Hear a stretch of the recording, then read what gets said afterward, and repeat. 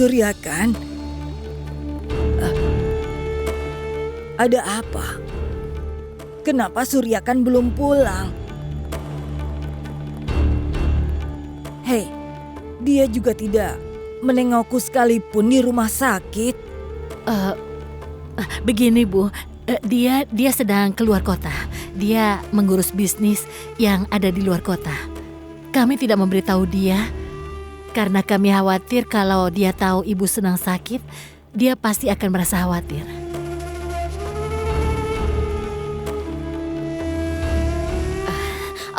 Kalau Ibu mau, aku akan menelpon dia. Tidak. Tidak usah, Safitri.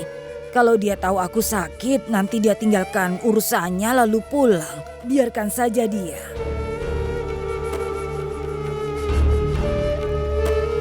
Ada apa ini? Kenapa kalian semua terlihat begitu sedih? Aku tahu. Karena aku bukan. Sudah, singkirkan wajah sedih kalian. Kalau Suryakan pulang dan melihat kalian begitu, dia tidak akan suka.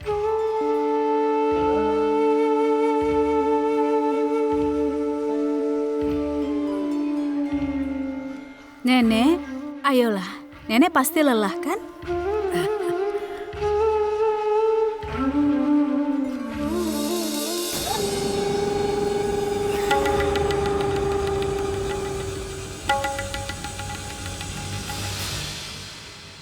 Aku tidak mengerti semua ini, sayangku. Kenapa kau membiarkan mereka masuk lagi ke rumah ini? Ada untungnya, Rasili. Aku bisa membuat mereka pergi dalam sekejap. Tapi itu tidak akan memenuhi ambisi balas dendamku. Sampai aku belum melihat mereka benar-benar kehabisan nafas, aku tidak akan pernah tenang. Lalu bagaimana aku bisa dapat kebahagiaan dari itu, Rasili? Semuanya itu ada alasannya. Biarkan saja. Sekarang mereka bisa melenggang masuk. Hebat, sayang. Aku harus memberimu pujian, sayangku. Tapi tidak hanya itu, Rasili. Kalau tidak kupaksa mereka hidup lebih sengsara melebihi jadi pelayan di rumah ini, berarti aku tidak bisa membuktikan kemampuanku. Mereka merahasiakan kematian Suryakan dari nenek. Dan itu artinya mereka pasti akan tunduk padaku, agar aku tidak memberitahu kabar itu. Dan demi itu, mereka akan rela menjadi pelayanku. Kita tunggu dan lihat saja, Rasili. Mereka akan rela bersikap seperti mainan yang ada di tanganku. Lalu akan aku buat. Mereka menuruti semua kemauanku. Bagus, sayang, bagus. Sekarang kau sudah lebih hebat dari aku.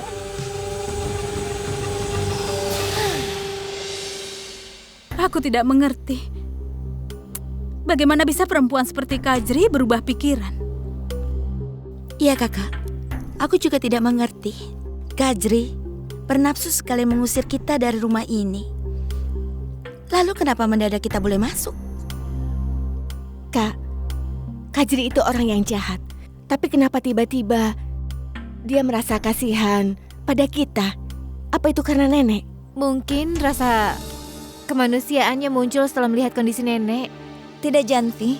Kajri punya rasa kemanusiaan. Kajri tidak punya rasa kemanusiaan. Aku yakin pasti ada sesuatu yang lain. Aku yakin dia punya rencana yang besar saat dia membolehkan kita tinggal di sini. Kalau tidak seperti itu, jangankan nenek, hati Kajri tidak akan kasihan pada siapapun. Tapi, apalagi alasannya? Sampai Pak Fitra merubah sikap sombongnya dan membiarkan kita tinggal di sini. Bukankah kita sudah tidak ada gunanya? Tidak, Janvi.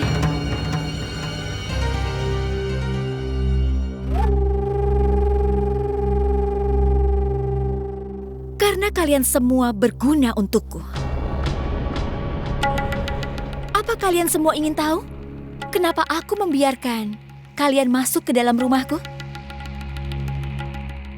Sebenarnya, saat aku melihat kalian memohon dengan kondisi nenekmu seperti itu, aku kasihan sekali. Kalau tidak, kalian semua tahu, aku tidak akan memperbolehkan kalian masuk ke sini. Ya, ngomong-ngomong, kalian masih boleh tinggal di sini. Tapi dengan satu syarat. Kalian semua bisa tinggal di rumah ini sebagai pelayanku.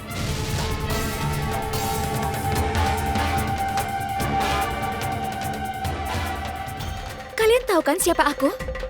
Dan apa yang bisa kulakukan? Kalau ada yang mau macam-macam,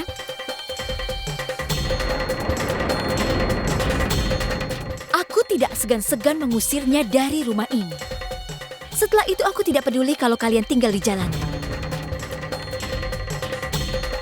Atau bisa juga kalau nenek yang tinggal di jalanan. Jadi pikirkan hal itu.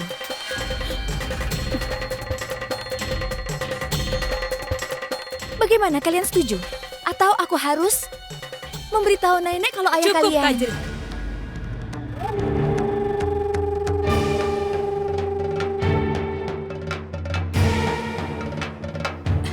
Kami menerima persyaratan darimu.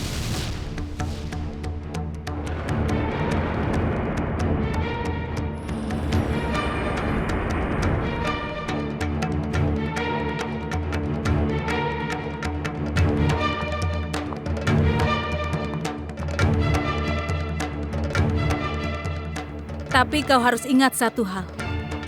Kami menerima persyaratanmu kali ini karena kami tidak punya pilihan.